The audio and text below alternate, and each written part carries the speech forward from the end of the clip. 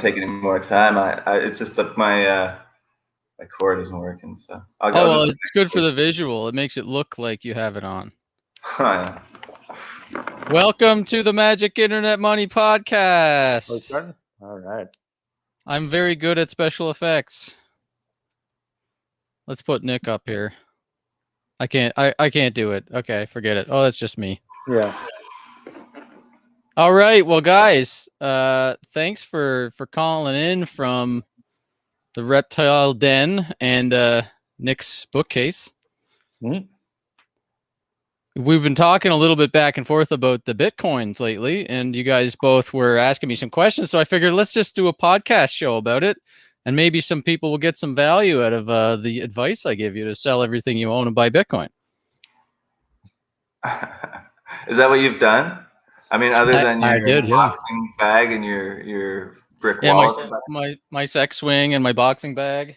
Is that a sex swing or is it just a hammock? It's a yoga swing. It's a yoga swing. Yeah. That's how they sell them. We know how they sell them. Yeah. Hey, Brett, can we swear, or are you trying to keep it kind of? You can swear 3 times.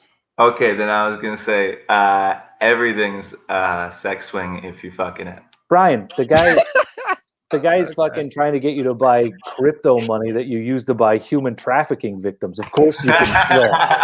That's the whole point of the money he's stealing. To buy nuclear weapons and human trafficking victims. You need some depleted uranium. I know a guy. It's only 0.1% of all volume is nuclear weapons. Well, how much of it is drugs? I've heard it's like over 50. No, it's only about 1.3%, according to a bunch of analysis that's been done. Whoa, there's an interesting sound. So, what do you guys think? Are you thinking of buying some Bitcoin, like for real, or you just watching it thinking I should have bought earlier, or like what's going through your head? You can take that point. I mean, I think everybody thinks that they got in earlier, right? Well, Brian, you were doing okay playing the stocks can only go up game, right?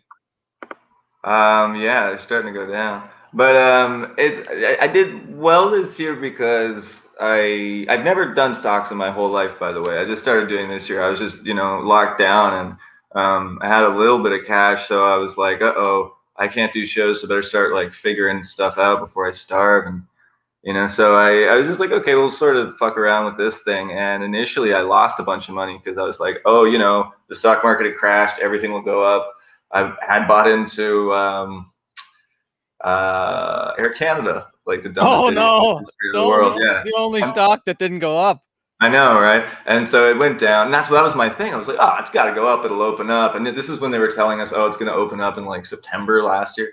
So anyway, I lost a little bit, but then I got in on Spotify because I knew Rogan was going over there, so that evened it out. And then I got into a bunch of green stuff because I knew that once Biden won, he was going to announce all the, going back to the climate accord and stuff in Paris. So I just put all my money in green stocks, energy, green, electric cars, and that was a good move.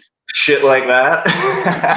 And I made, so this year basically like the whole thing made like 70% in about 6 months. Nice. Increase, I guess. That's a good stack. Yeah, but I think the Bitcoin stuff, I've been watching that, and once I talked to you about it, I put in $60. I put into Bitcoin just to see, because you were telling me, you were like, how much can you put in? And I was like, I don't know, I'm not a lot, maybe 5 or 10K. He's like, triple that. He's like, if it makes you nervous, triple it. Something like, I'm like, Brad, no, man. I just started being able to breathe and not worry about, where my food comes from like 2 years ago. And I don't want to throw it all away. And initially I was like, Brad's an idiot. And then it was like, it dipped, a lot. And so now anyway, what I put in, it's at about like $70. It doesn't seem to be going down anymore, but that's only in a month, dude. So that's pretty impressive. Well, man, like from when we did the first podcast, like a year and a half ago, it's up like 15x or something. Are you serious? Yeah. When you were on my podcast last, Bitcoin was like $3,000 or something crazy. Oh my god! If you had to put that $5 card I gave into Bitcoin, you'd have like a half a sex swing. Nick, did you start buying? Did he talk you into this shit? No, well, he gave me one of those Bitcoin cards, and I actually just put that in. Like 3 weeks ago, and it was right before Elon Musk bought $1.5 billion worth. So it was $100. It's $100 card, right? It's not like, but it went up literally 30%. Like it's 100. And man, like that, I gave you that card when Bitcoin was like $5,000. So if you had to put that card in when I gave it to you to Bitcoin instead of keeping it in that dollars, it would be $1,000 right now. Because it went up 10x since I gave you that card, and that's these cards for anybody who's wondering what cards we're talking about. I just I have these cards I give to some people randomly. Gave some away for Halloween to some kids. That's funny. And the guy was so excited. He's like, "Dude, I got Bitcoin! Oh my god!" And then the other kids are like, "What the hell is Bitcoin?" They're like 8 years old, 9 years old. I got Bitcoin, and the other kid's like, "What's Bitcoin?"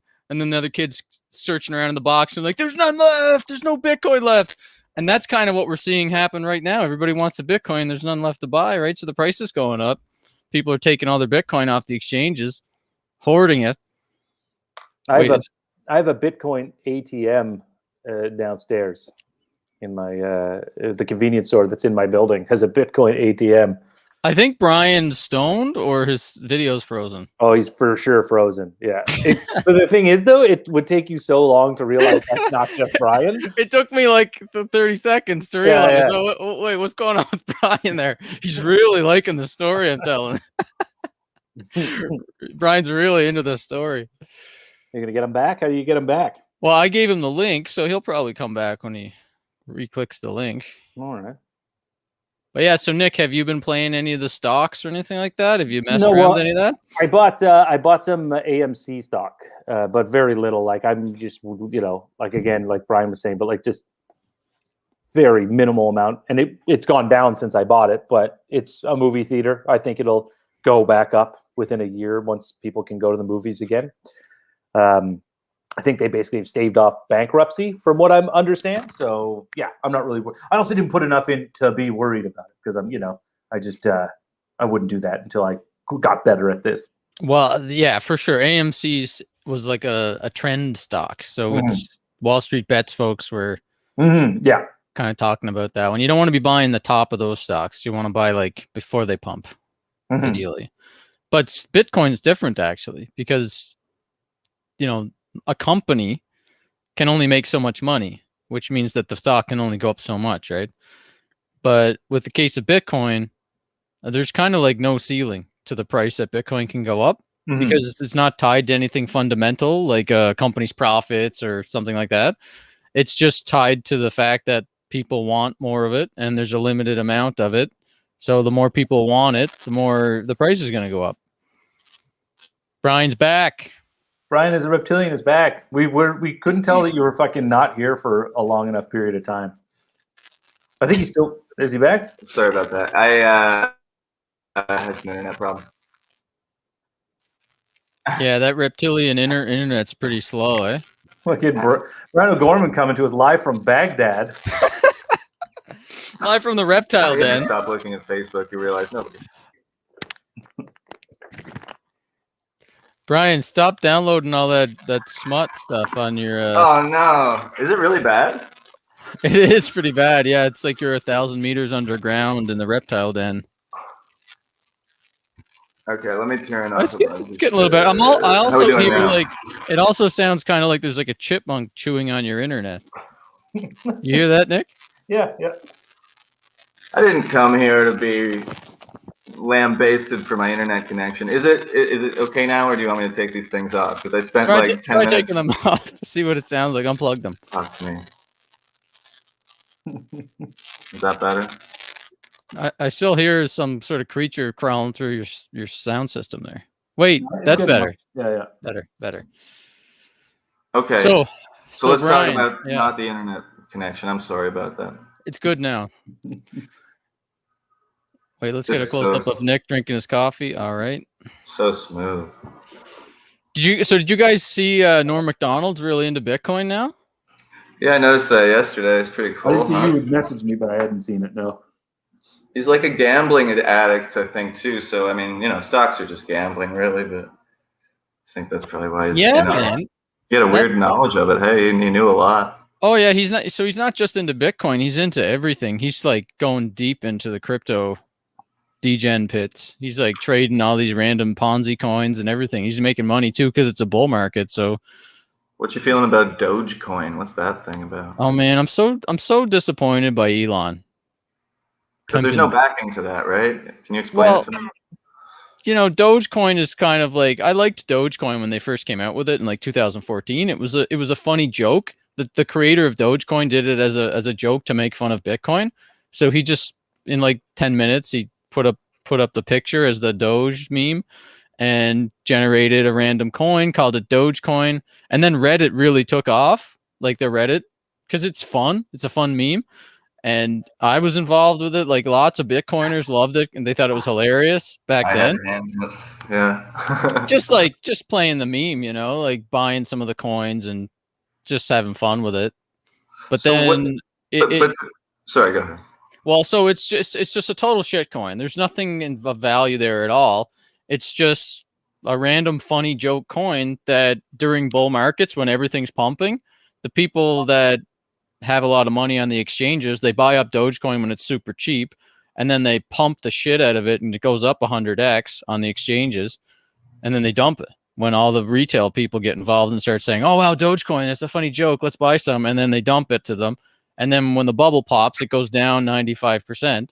Does it every single this is like the fourth time it's done it, and this time, so every time there's nothing different. Doge is just, there's no real value there. It's just people screwing around with it and pump and dumpers making the price go up, just like penny stocks. Oh man! But now Elon is like, for some reason, thinks he's going to be able to make Doge happen.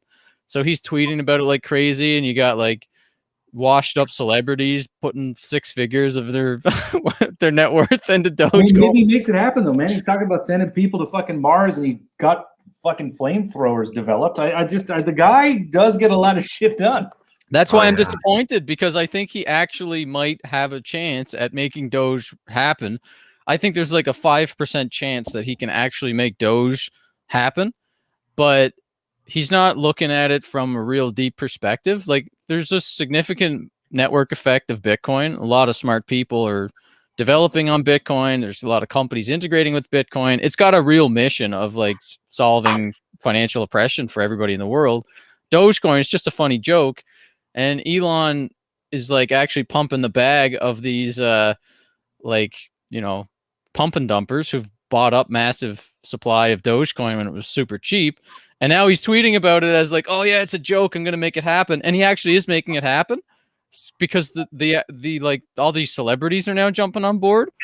So what I think is 95% probable is that he's going to get bored with the joke and realize it's a piece of shit. And then I'm going to go buy Dogecoin just because you always told me to buy Bitcoin and I never did. So now I'm going to listen to the exact opposite just to piss you off. I'm going to go put $500 into Dogecoin. Well, we have a saying in Bitcoin now, Nick. It's called "Have fun staying poor." That's our saying in Bitcoin now. Elitists Bitcoiners do over there. It's like swings and punching bags. Fucking brick murals on the wall. Yeah, I can afford a punching bag, man. I don't need Dogecoin. No, but literally, like we've been telling people for 10 years to buy Bitcoin, and then when the bubble heats up, people will go and say, "Oh, I miss Bitcoin. I'm going to go buy Ripple or Dogecoin or whatever." And then it crashes, and it's like, it doesn't matter how much we can try to educate people about why Bitcoin is going to go to $1 million and it's going to become a super successful thing, and it's going to keep going up. People just get sucked into these altcoins and then they get wrecked or they lose their money.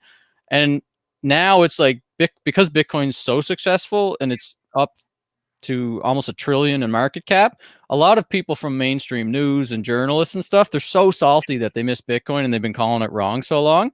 So all these billionaires are now saying Bitcoin is a scam and it's mostly used for drugs and it's never going to work. Joke about it because it is like kind of the perfect thing to use for drugs and doing illicit things, this sort of untraceable and it just sounds like cryptocurrency. So it sounded like from the beginning to be this like, oh, what are they using this for? Cryptocurrency. Cryptic in the whole thing, sounds like something like money, it's like the plot of a Van Damme movie or something. Like the Russian guy invented a cryptocurrency, and Van Damme has to go take him down. But everyone's trying to get on now. Zuckerberg was talking about developing a currency. It's like, Jesus Christ, can we give that guy slightly less control? Nick, you look like Ryan Reynolds, according to this guy. Right on. Who said brother. That? No. The studio. Dr. XL. But listen, his brother who does a lot of drugs and drinks on his couch. Oh yeah, he said his brother. Oh yeah. So I don't know what Ryan Reynolds' brother looks like. So maybe I shouldn't have flashed that. maybe.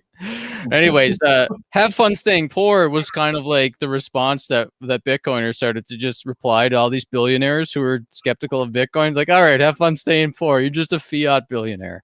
You only have $1 billion in fiat money, so you don't impress me. So, Brad, that's the sort of how you explained to me before, and then when I was like, okay, maybe I should, I'm doing well with stocks, but your argument is basically that those stocks are not going to be worth anything because the money is not going to be worth shit compared to Bitcoin at some point, right? Well, yeah, that's it's possible that we have a situation that where the world transfers to a different way of valuing companies and dollars themselves, because there's two paths the world can go right now because everything is so overvalued. We can go to a path where we move to UBI and modern monetary theory, and everybody gets their student loans forgiven and their mortgages get dropped to zero, and they stimulate the hell out of everybody. And all countries in the world do this at the same time so that we can all kind of continue on this prosperous path and there's no global depression. So that's kind of like what the prevailing thought is. To stave off a depression, they have to keep printing money and pumping it into the economy, because a lot of the companies that are on the stock market right now are like way overvalued, like 100x what they should be. And the debt is never going to get paid off. Like, there's no chance that $30 trillion of United States debt is ever going to get paid off. Like, Canada can't pay off our $1 trillion of debt. It doesn't make any sense. Like, we don't have the GDP to support that, and companies can't make enough dollars. There's not even enough base money in the world that exists to pay off the debts. So it just doesn't make any sense. Fundamentally, the math doesn't add up. So what's the option? A huge crash in the markets, which would cause a global depression, or everybody switches to a new way to value things. And that's what they're trying to do right now with UBI, modern monetary theory, and all this stuff. So yeah, there is a world in which we don't go through a crazy depression level economic event where real estate prices crash 60-70%, stocks crash 60-70%, and maybe a war starts because countries start fighting for resources and supply chain management stuff. Maybe that doesn't happen. Yeah, we're pretty close to this. Like, this is like we're 1 week away from the toilet paper war. It's turning into like a food war. You remember how crazy it was to try to go to the grocery store and get toilet paper last year? Oh yeah, I was wiping my butt with kittens and everything. What were you wiping with, Nick? The toilet paper. Oh, you were smart and you went out and got some. There was some. It was hard to find at some places, but as long as you were willing to pay for it, you could go to a convenience store and spend way too much on 4 rolls of toilet paper. But that's what I did. There was always some weird convenience store with some fucking with a brand that you haven't seen since the 80s. Because no one buys it in there anyway. But yeah, $40 for a roll of 2-packs. But when you say we're a week away from a food shortage like that, that's obviously not literal. That's hyperbolic. No, it really is literal. Like, if the significant amount of average people don't have more than 2 weeks of savings in their bank accounts, everybody's leveraged way too much because of the way that money doesn't really exist. Money is just debt, and so people have too much debt. People take on mortgages, car loans, student loans, credit card debt, right? So people don't have the money in the bank to meet emergencies. It's a pretty big crisis in Canada and the US, everywhere. Nobody has savings. Everybody has too much debt. So on the other side of that, like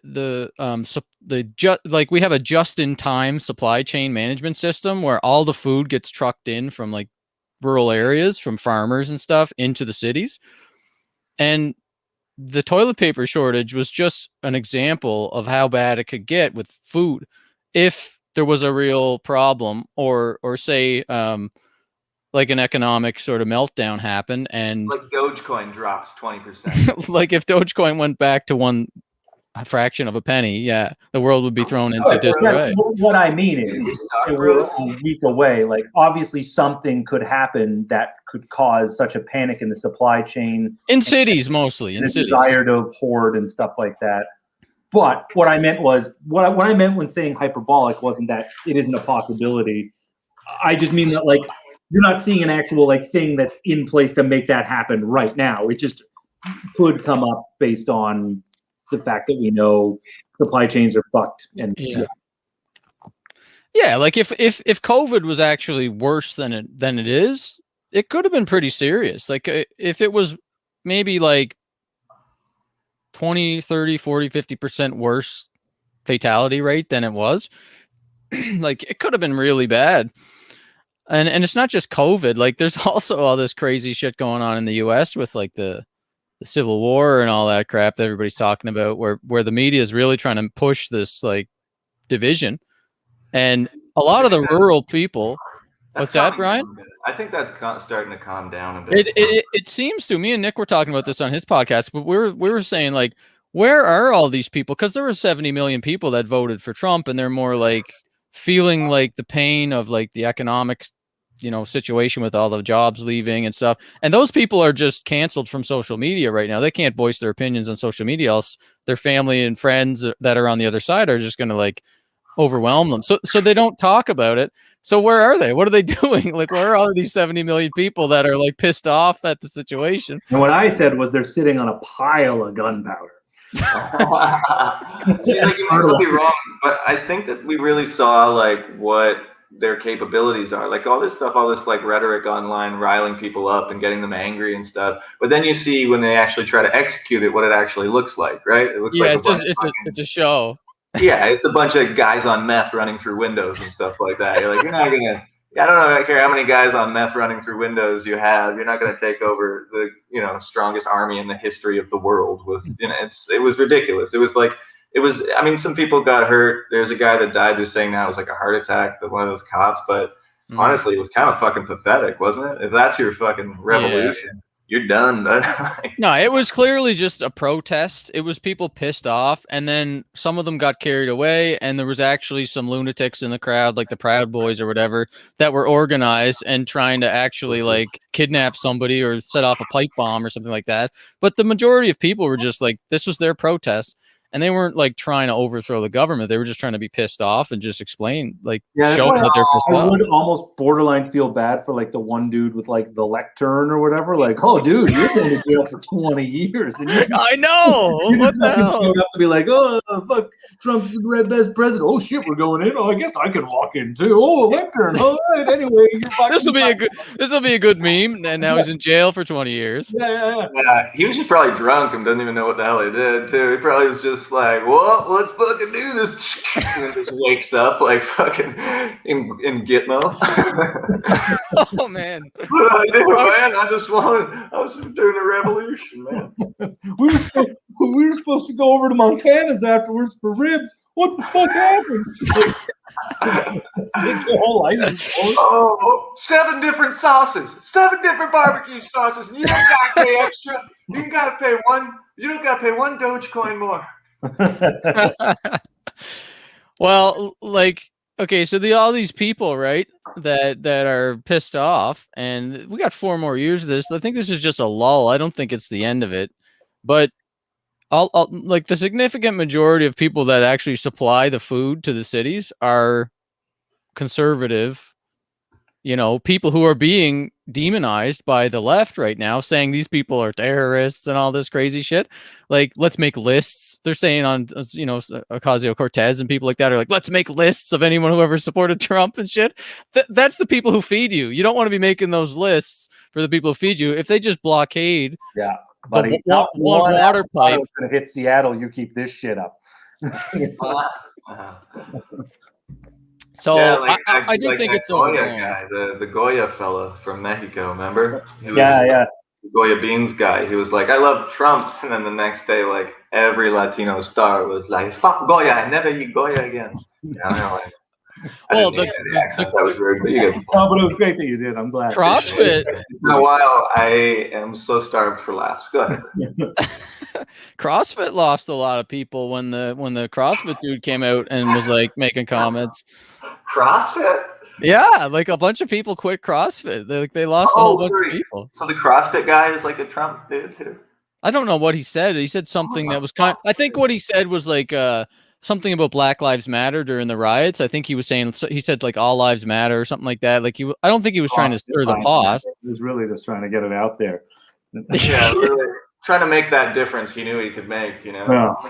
Yeah. I don't get it. Like why they even involve themselves in it. It's like it's time to take a stand. I'm the beans guy. All the ones like there's like a bunch of examples. I'm not going to be able to give you one concrete one right now, but there's just like weird ones of like these companies, like a theater company came out and said that Black Lives Matter, but what they said was pretty anodyne. Like it just, there was no real sizzle to it. It's just kind of like a pretty generic Black Lives Matter. And people were like, well, that's not enough. Like it wasn't enough, even though it wasn't anything bad. Like, so there's people like getting after people for not being enough on the side. And that's what's like, it's like that fucking thing in the Washington with the woman at the restaurant where they're like, fucking chant our shit or fuck you, like screaming in the face, which try to eat on the balcony, like, or on the patio. Like people are just like, guys, you're going nuts. Like, but it's everywhere. Both sides, like one side breaking into the Capitol and the other side screaming at people while they're trying to eat lunch, And when I say that, like, I mean, I was in Oakland for a year before all this happened, and like sort of seeing it, like, and when it happened and everything, and watching the division happen there, and sort of in the city of Oakland and the Bay Area, San Francisco and stuff, super liberal. But then you go out into the hills, you get past Sacramento, like an hour or two, it is like Trump country, dude. Like all of California in those hills is super Republican, right? So it's weird. You really do see the division. But what I would say is like, yeah, that does happen. And I on my street, I saw gangs of roaming anarchists like smashing stuff, taking our garbage cans in like a low-income housing units and stuff like that, where these people have been living for 20 years and smashing their shit and stuff. And they're all Berkeley students that are rich that drive Teslas for the most part. But on the other side, it really is a real thing. Like you go into those hills, those Black Lives Matter protests are sometimes necessary because the reality is, like, in that, like outside of Sacramento, they have a bar where they have an effigy of Colin Kaepernick hanging, and that's just like, just hanging from a noose, So there's a lot of because of the California prison system, a lot of the white guys that go in and come out are Nazi as fuck. So there's like a legitimate amount of that. So in Canada, I don't think we really see how dire it is and how real it is to them. Like people get killed and it's very real to them. But I think it's a lot of, it's college students trying to find identity and purpose. And in these things, and they're sort of co-opting it for their own, in Toronto, like after George Floyd, and then so there's protests in the streets here, but they were protesting this other woman, I believe her last name was Paquette, and she had like jumped off her balcony, and she was a black woman. The police were called on a wellness check. And basically what they said was that the cops pushed her. Somebody made a claim that the cops pushed her. And then that's what the protests were, and that's what people were tweeting. And then it was proven irrefutably that did not happen. And no one went back to say, oh, by the way, that whole premise for our night the other day was horseshit, and we're sorry. Like, they didn't even bother. No, because it's like, okay, have you ever been in a protest, like a real protest where people are like clashing and stuff? Like I remember doing Bitcoin every day, Brian. I'm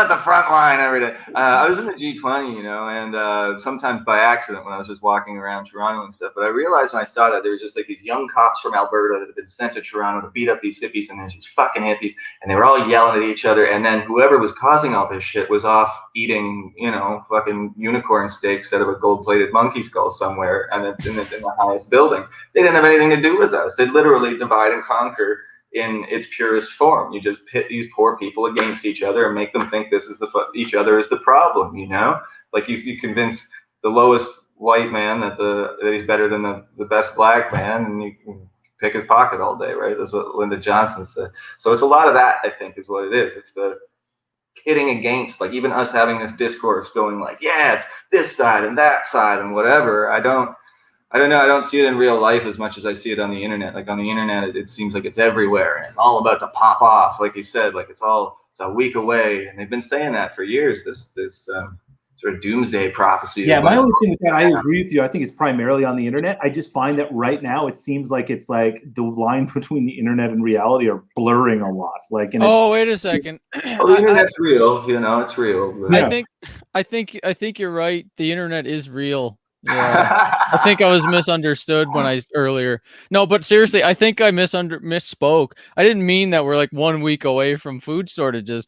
Like literally, I meant that if an economic collapse happens, then it's 1 week away. Like once the supply chain management breaks down, it's 1 week until the cities starve and they have to leave. Like that would be.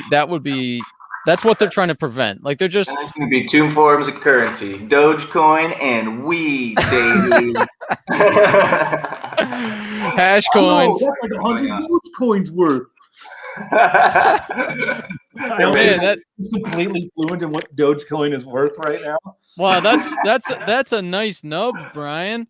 What a nice huff Victoria, piece. So. Yeah. Are you gonna huff that with some other things? Oh no, I mostly just do this stuff now. I don't even drink anymore or anything. But I've spent so much goddamn money on pot during this pandemic. I could probably have a houseboat by now. But I got lawnmower money. But, you could probably get like 10 sex swings if you saved that. I had one actually before. It's in California somewhere. I think my mother-in-law's fucking on it somewhere. Okay, so back to the two scenarios, right? Where Bitcoin, Dogecoin. So they're trying to, like, the banks are really in a bad shape because the system is based on fractional reserve, meaning that they don't have the money in the vaults. Like there is no actual money anymore, really. Like it's a super small percentage of real dollar bills that back the money in your bank account. So if people tried to actually withdraw money from the banks, it would just be like the toilet paper scenario. There's just not enough to go around. Right. So the thing is, like, not just it's systemic. It's not just you can't get money out of the bank machines if you tried. If everybody tried to take $100 out of an ATM, it wouldn't happen. There's not enough money. So the retirement accounts and the pensions are in the same boat. They're all like the retirement accounts for all the boomers right now and all the like Gen Xers in the next, say, 20 years when they're trying to retire. It's going to be bankrupt if they can't keep pumping the stock market up, because they need the stock market to grow 6 to 7% a year in order for the pension system to not fall apart. And then there's like, I think it's like $50 trillion of bonds that are ready to just kind of blow up, because the bonds used to be where the high super, like, Scrooge McDuck people that have vaults of gold to dive into, they instead of having the vaults of gold coins, they started putting them into government bonds, because government bonds pay them like 4% or something, what it used to be, but now it's down to nothing. Like the government bonds don't pay anything anymore, and there's like a significant majority of the wealth of the world is sitting in government bonds that are at paying nothing or going to negative. Some countries like Japan and some countries in Europe, it's negative. Like you actually have to pay the government to keep your money safe in a bond. So that system, we're in uncharted economic territory here. We've never been in a situation like this, where it's very much like the Depression, like around the 30s. So back then there was a world war and they were in the middle of this crisis. Right now we're in the exact same economic situation in terms of debt levels and unemployment and things like that. It's a little bit better, but people are giving up their freedoms and their rights just like they were back then. And we don't even have a big world war or anything like that. So we're in a really weird spot in history. And there's like two paths where we can go. We can go back to like the rational sort of valuing companies for how much money they make and how much business they do, and then the markets would crash like crazy because people will start saving their money because it won't make sense to own a company that's valued 100x what it should be. But because everybody gets money just pumped into their bank account, and like the banks just pump trillions of dollars into the stock markets, everybody doesn't want dollars anymore because you start to feel like, well, these dollars are going to be worth less and less and less. You can feel it in like the prices of rent going up and the price of houses going up and everything's going up. So you don't want your dollars anymore. You want to get rid of it to get stuff. And rich people, especially, like they don't want dollars as much anymore. That's why Bitcoin's going up, because they're starting to see it's like a leaking hole. The value is just gushing out of dollars, and they want to go into other stuff. That's why like real estate's going up so crazy in the cities. Oh man, a leaking hole gushing. What's that, Nick? No, You're hard too, huh? I said it in the wall. Leaking hole and gushing. I fucking jumped out. There we go. It's been so long since I've felt another human. What you're saying is you should go buy some Bitcoin at that Bitcoin ATM downstairs, like right now. Well, I think a good strategy would be to like try to get as much leverage as you can right now without being without having too much risk. Like for anybody that may have equity in their home or anything like that, it makes sense to actually go borrow money from the bank at a super low interest rate now. Even, like, okay, so this is actually good advice for average normal people who maybe have shit credit and don't have a lot of money, but have a credit card. Like it actually is an okay idea to go max out your credit card and buy Bitcoin and then just nuke your credit by not paying your credit card, and then negotiating with the credit card creditors to pay it up, but to only pay 50% of the debt, because they will eventually settle with you. If you give them a sad story and tell them you can't afford it and you work with them over like a year and a half, you'll eventually get to like write down your debt to like 50%. So it's like buying Bitcoin for half price. It just nuke it. I wonder what the economy is going to collapse. Yeah. Like it's literally ideas like that will make it like expedient collapse. You know what? At the same time, it doesn't mean anything, and I'm the moral arbiter of why that's bad. But by the way, here's what you should do: go screw the banks and fuck the bank. Well, that's it. You know what? You know why that sounded half sane was because fuck the banks and fuck exactly. like everybody so hard, and the credit, the credit companies and stuff too. It's like there's nobody that in the world that's going to feel bad for those motherfuckers. So at first I was like, that's stealing, but it's from banks. But Brian, plus the commies and the socialists are taking over, and they're just going to forgive everybody's debt anyway. So just max your shit out. I'm marching with them, coming for your fucking shit.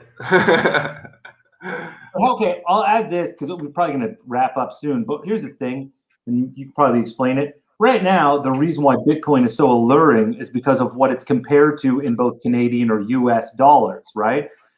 How do you break from that? Like, I'm excited about my Bitcoin going up in Canadian dollars, so I want to exchange it for that amount of money at some, or use it. I kind of need both. So explain why eventually I won't, and that will be a good thing. Well, as a missionary of Satoshi, I can help you every Sunday. I can do a call with you, and you can repent for thinking in dollars, and I can read from the Bitcoin white paper and teach you the ways of decentralization, and then eventually you'll be baptized in scarcity and prosperity. Okay, Brad, you don't pay for everything in Bitcoin, right? That's impossible to do. I pay for yeah, I pay my tithing, my Satoshi cult tithing in Bitcoin. They accept Bitcoin. I would imagine. No, listen, obviously, like, it's not going to be so there's the two worlds that we were talking about, the two branches of the universe. One is like things go to shit and they can't stop the economic collapse, and everything just goes really poorly. Bitcoin's going to suffer in that scenario, but long term it will take back up new all-time highs, and it'll continue retaining value. But the other scenario is where we can sort of like peacefully transition to a different way of valuing things, and there is no economic collapse, and there's no depression, there's no world war. It's like tech companies just sort of like take over the value of the S&P, like the stock market, and UBI happens, they do some debt forgiveness, and in that world, Bitcoin still goes to the moon. So both worlds, Bitcoin is going to end up being long-term valuable, whether it's a depression or not. But the long-term picture, like say 10 years, it's possible we get to like measuring things in Bitcoin. I don't know if that's going to be, in 5 years or 10 years. I think within 10 years, I think it would make sense to measure things in Satoshis. See, it's just like as more and more people start to like get on board with it, it will make more and more sense to actually measure prices in Satoshis, especially on the internet for things like video games and art, whatever, just things that are kind of like internet based. Yeah, but that's what I'm saying, and that's sort of what I was getting to. The question is just more so like people looking at it now to buy Bitcoin or invest in it, are investing in it the same way they would a stock, where they're like comparing it directly and how many dollars it's worth and they're making now. Ultimately, looking for to either keep some money in it, but maybe just get in there on a good pump and then dump some out and like put it into other things, and then it's still very much related to the market in that sense, and yeah. And that's the people that we say have fun staying poor too, because they think in dollars. And if you think in dollars, you might be a fiat billionaire, but when the shit really hits the fan and the dollars start to go really down in value faster, then you're going to be rich in dollars, but not in Bitcoin. So you really should start to think about measuring your net worth or whatever in Bitcoin and start thinking in Bitcoin terms. And it's tough. Like, for sure, it's hard. Like, even I've been in this since 2011, like 10 years now, and I still think in dollars most of the time. But I'm trying to convince myself to like not panic when the price goes down and just think of my amount of Bitcoin that I have and not the amount of dollars I just lost. It's just like, well, one Bitcoin is one Bitcoin. That's what you gotta just remember. If you're in this for the long term, it makes a lot of sense to not value it in dollars and just keep acquiring Bitcoin and don't think about the price in dollars. That's the people who are going to win long term. Because if you're just trying to make a 10x on your dollars, the real people that are like holding the line for Bitcoin. But is it a good time right now? Or should we wait for a dip? Well, that's the thing. Like every time there's a dip in a bull market, it's a good time to accelerate your buying. If we're in a bear market, it's a little different. A dip can lead to like a dump. But we're clearly in a bull market. And I think that the new floor for Bitcoin is going to be like $50,000, say in 3 years. Like when Bitcoin goes to like $300,000, $350,000 over the next year and a half, 2 years, whatever it is, and then it's going to crash. Of course, we're eventually going to go into a bear market at some point for a little while, and then it's probably going to keep going to 1 million or whatever in 5 or 6, 7, 8 years. But like this is the cycles of Bitcoin. So it is going to eventually go really high and go $100,000 price action in like 1 or 2 days. Like I could see that happening at some point in the next couple of years, and then it's going to crash and it's going to correct. But if you're just thinking about long term, like 10 years, I think you'll be fine just dollar cost averaging no matter what the price is right now. Just set a target of how much Bitcoin you want to own, and then just keep buying no matter what. No matter what the price is, just keep buying. And just hold on to it for 10 years. That's probably the best advice to become part of the global elite in 10 years. How many Bitcoins you got, Brad? I've got more than one Bitcoin. That's great, man. Congrats. Yeah, I know you've been on this shit since it first came out. I remember it was like when Skyrim came out. It's all you did for 5 years. Yeah, I did a lot of Bitcoin and I harvested a lot of gold from video games. Yeah, who knew that would be like your real training? Yeah, seriously. Video game cotton farming and gold trading at the auction hall in World of Warcraft. Fucking one time you came out of that room and got a bowl of water to like wipe over your fucking body. Playing, I was like, oh man. That was hilarious. So me and Nick, like for people listening, we used to be roommates in comedy school. And I was obsessed with this game, Earth and Beyond. It was a massively multiplayer online role-playing game set in space. And I literally spent a 24-hour period in front of my computer harvesting from the heart of the aether. It was this weird like thing where you had to have a specific leveled up environmental shield to get into the heart of the Aether and like get the heart, and then it would have this cool thing in it. So I did it for like 24 hours straight, and my face was numb, my limbs were numb, like my neck was burning. And what did I do? I took a bowl of water and just you used a bowl of water with a cloth, and you were like,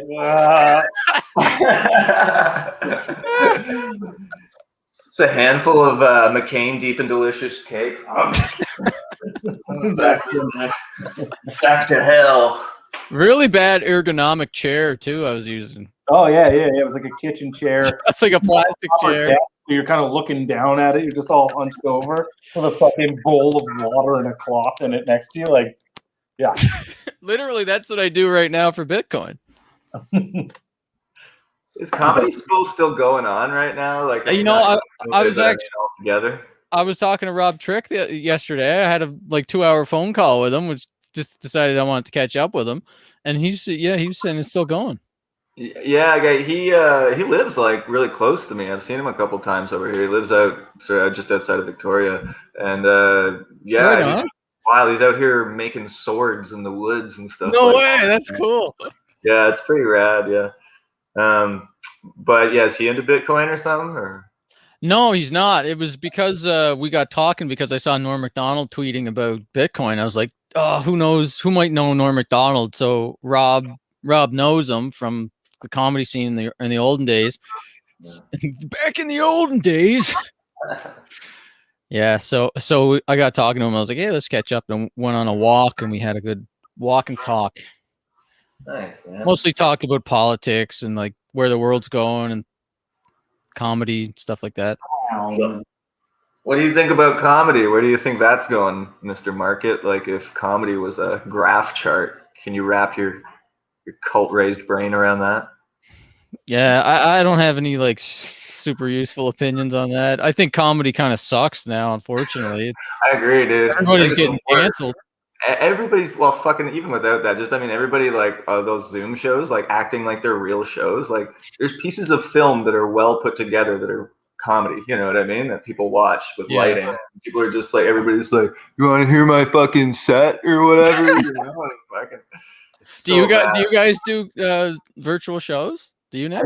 I did one at the very beginning, and I didn't want to, and I just wrote a bunch of one-liners of like how bullshit it was to be doing it, and then I was like, that's the end of that. I'll never do that again. I was like, this is just. I remember Nathan McIntosh talking about on his podcast, and I was like, if this is what it becomes, then I'm done. That's not happening. I have no desire to ever be a part of whatever the fuck that is. Like, I get nothing out of it. Awful. Like, I think I've heard so many comics say that, Nick. Like, just be like, honestly, dude, I did one or two, and then I was like, fuck this forever. You know what I mean? Like, I can't get my head around that for a second. All this, even just the IT element of this, like, at this point, like, having to be a tech guy to just do comedy. Like, you have to literally be a fucking tech guy to do comedy. And I just want to smell people. I in no way could imagine, like, it gives me zero of the joy that is the reason why I got into comedy. So why would I do it? Like, the whole reason is be on stage, feel the rush of it, fucking rip on stuff, and use the energy that's in the room, and then to just take all of that away and just make it the most flat thing possible. I was like, no. And what, some cold dopamine spike from likes on a fucking post or something like that? Like, what the hell are we talking about anymore? Like, all right, we'll pay fucking comedians $300, do your Zoom thing. It's fucking, we did something. You know, like, that's like what it is now. It's not corporate shows that are just crap. Did you see the Matt O'Brien got offered a show, and it was like opening for 6 kids at a birthday party before the Jake Paul versus Mayweather fight? Yeah. Oh, man. Yeah. It's like, oh my god, suggestions. When we got into comedy, this is not what comedy was. That's what I keep thinking to myself. It's like the goals that I had, a lot of them don't exist anymore. You know what I mean? Like, it's like just the idea of playing tightly packed rooms and running around in comedy clubs. Half of them are closed now. Like, when this all opens up again, it's like, I don't know if it's going to be good or bad for us, though, because I think at the same time we might be able to make more money and people are going to be watching these shows. Sort of I don't know what to call it, but like a belief that, like, right now, obviously the last year or so is the worst time to ever own a restaurant or live performance venue, clearly. But that opening something like if you open a restaurant, like even especially in a place like New York City, and like fucking as soon as this shuts down, like you'll make money hand over fist for at least a finite period of time where people are just like need to get out and there's no place. So live comedy might actually have this really big boost up in some places. I think it will. I think you're right. Yeah. Like if people manage to capitalize on it properly, get enough venues going, and really be like, and not 1980s it where there's a venue every single second door and no one wants to see it anymore. Here's what I'd like to see is some comics going in and starting their own clubs around the world. You know what I mean? Like, because there's these investor guys, these sort of elites of comedy or whatever, they're all kind of dust. You know what I mean? They're kind of dinosaurs now. Even these guys that had so much power, just putting people on shows and stuff, they don't have any power anymore. And I think when it opens up, it's sort of like just going to be, you know, like who's getting out there and who's like, you know, going and actually putting on live shows and stuff. Because I think what you're saying, people are just going to come. People like out here, they have a little bit different laws. So we've been having some times where there's allowed shows, but only 50 people. So it hasn't been like that for 2 months. But prior to this, I was doing a little bit of comedy out here, and it would sell out right away. Everything. I sold out 2 shows on a Tuesday night because it was like, you know, and it's only 50 people, but they'll pay a lot for the tickets because it's just like people want to get the fuck out of the house. Let's go. Shows this summer, like here, a lot of outdoor shows, and then I did a couple indoor when that was like towards the end of the summer that happened. And then everything shut down again. But all the outdoor shows that I did, and any of them really was just like anybody who came was like, I'm trying shit out, and people are like just loving it because people are just like, yeah, man, whatever, man, I don't give a fuck. Put your half-baked premise up in front of me. I know, right? People are so full of like that, you know, that nervous, happy energy when you're just like, this crowd is hot, and I don't know what the hell's going on here. You know, we're like, ha, ha, ha, ha, everything you say all the time. You're like, I'm out with comedian. I'm drinking beer. I might fuck tonight. You know, I think I could do well on a stage like that. Yeah. Yeah. If you didn't play Skyrim, did you guys hear? You guys hear? Timbits or plain Timbits are such a scam, eh? That's the kind of joke I would tell. Plain Timbits are a scam, just like the elites. The elites are trying to get you to buy the plain Timbits, not the chocolate glazed ones. That is nice. So buy Bitcoin. So Brad, like you were saying before, if you were to get into Bitcoin now. Like well, one sec before we get there. One sec. What's the best comedy to watch right now? Like, give me some suggestions for the best comedy online. Not stand up, but just like South Park or something. Like, what's really good right now? Because everything I'm seeing sucks. Have you watched Rick and Morty yet? You must have watched. Oh yeah, that was so good. Yeah. So I bought all 4 seasons of that just to have to watch at any point in time. Did the new season come out? There's 4 seasons, full 4 seasons. Yeah. I thought that. Oh, nice. I didn't see the 4th. I'll go see that. Okay. What else? What's good, Brian? I mean, South Park. I love South Park. I think that's hilarious. Yeah, that one's like it's the all-time champ, probably. You know what's a good one that went under a bunch of people's radar by Mike Judge a couple years ago it's called Tales from the Tour Bus. Have you heard of that? No. Dude, you should check it out. So it's all like one season is all funk people, so it's like Bootsy Collins and like George Clinton and all this stuff, and they just tell road stories about getting fucked up and doing crazy shit, but it's all animated, and Mike Judge does the animation and does the narration for it. And then the other season is all outlaw country guys, so it's like, you know, outlaw country dudes like getting fucked over for money and then chasing the promoter down and shooting them and stuff like that. Okay. And it's all like, you know, Dolly Parton's manager and whatever. So what's it called? Tales from the Road? Tales from the Tour Bus. And yeah, it's just good rock and roll stories with Mike Judge animation. It's awesome. It's from 2 years ago, but it was on some weird obscure channel. It's not on Netflix, is it? Nah, you're gonna have to go on one of those greasy sites to get it, but it's out there. You have to use Bitcoin for that one. Yeah, Bitcoin sites. Sites that accept Bitcoin. Hey, I've read this thing about how Tesla accepted Bitcoin has been accepting Bitcoin for a long time. So like they have sold cars that they actually sold for like $4.5 million. Like, you know what I mean? So like 5 years ago they sold. Yeah, before I think they did accept some Bitcoin a while back, and then they stopped, but they're gonna start back up again. Can you imagine that? It's like one Bitcoin is one Tesla right now. That's insane. I never would have thought that even 5 years ago. I think I would have been hard to believe that within 5 years, one Bitcoin was one Tesla. But it's probably still worth it to keep the Bitcoin, right? It is, yeah. Like it totally is. It has a lot, especially in a bull market, like where they're not gonna stop the money printer. You and your elites can start your cloak and dagger society. Where well, we're gonna be the new elites Yeah. that don't like the elites. So we'll be like what? And Kind no of like- one who's ever replaced one group has ever fallen in the same footsteps as the group they've replaced. That's never happened historically. Hey man, I'm morally superior because my jet ski is electric.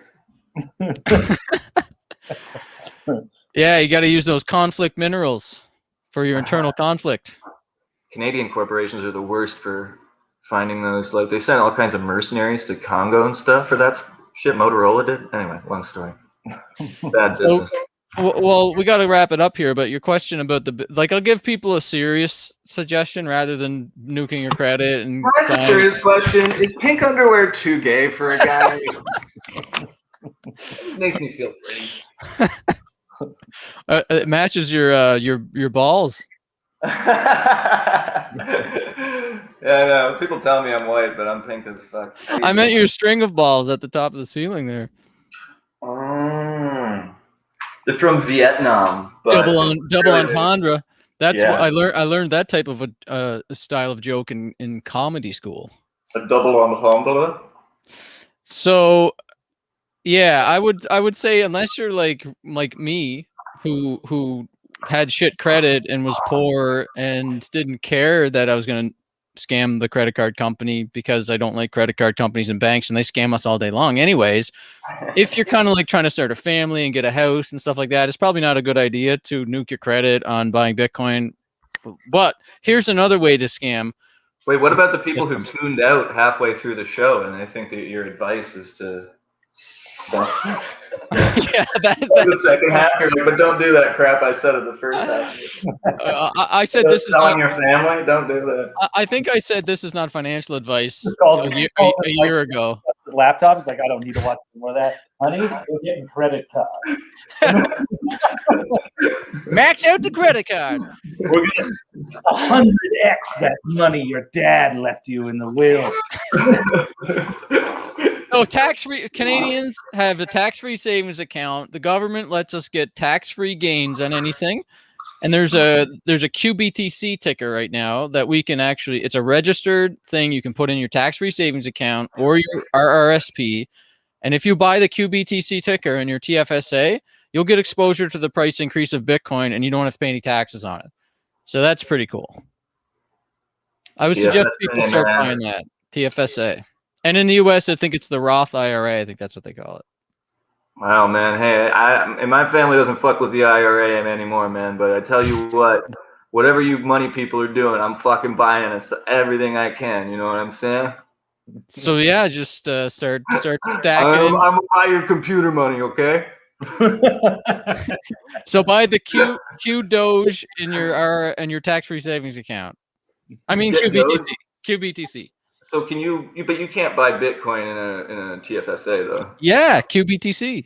Oh really? Okay. Yeah, it's the company that I invested in actually because I was excited to see them bring it to market so that people can get tax-free Bitcoin gains. Wow.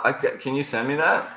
Yeah, I'm gonna put some money into this, Brad, and if I lose it, I'm gonna take it out of your Tesla. I guarantee that you will get a tenth of my Tesla if you lose it. I'll guarantee you there. Okay, I want the front left quadrant or tire. I might get an X, so I won't give you the doors because those are pretty cool. But I want that fucking truck, man. I want that cyber truck. Oh man, the cyber truck. Yes, I'm definitely gonna get one of those. The high end one, three engines in it. It goes 0 to 60 in like 2.5 seconds. It's like faster than a fucking Lamborghini. And it's the size of a Hummer, and it doesn't kill animals. And it has like you rev the fucking you go it slices them right in half. It's got the perfect angle to slice the deer in half as you drive through it. Yeah, apparently it's like going to be the most like if people get hit by it, it's like one of the most dangerous things in the world. Oh yeah, I bet. You're just going to decapitate motherfuckers. It's like the front of it is like an angle like that. Right? Yeah, I see it. Yeah, that's going to be bad. Yeah, well, I think it's made for. Well, Elon knows there's these two paths of the universe that the world's going to go into, and he made this truck for the depression zombie apocalypse world. So that's why you're buying the Cybertruck is a bet on a bad future. I want the one that has the tent in the back. You know, it's got like, and you can get them pretty cheap. If you order them now, it's like $40K, but you got to wait like 10 years, and it's the size of a Hummer. You can live in it. Oh yes, I saw that one too. I'm gonna live in it. I'm gonna not buy a house. I'm gonna live in the Tom Green is doing that right now. He's driving around the world in the desert, just living in his van with his dog. Yeah, because you don't need shit right now. Nobody's doing shit. You're not missing out on anything. No FOMO. Just fucking. You know what I'm doing right now? I've been fucking going to boxing class in an underground parking lot 5 days a week because I got nothing else to do. But I always wanted to do that shit. So I think I got a bit of brain damage now, but it's fun, you know. You're in a fight club, is what you're saying. Oh yeah, but no, it's very safe. I got 10,000 sats on Brian. Nah, but no, I just mean stuff like that, you know, like yoga, fucking running around, origami. Nick, you've been doing your origami. Yeah, you know, everybody's got their hobbies. Nick's really into origami. You know? Origami, yep. Yeah, he's been reading. Look at all those books. I noticed that.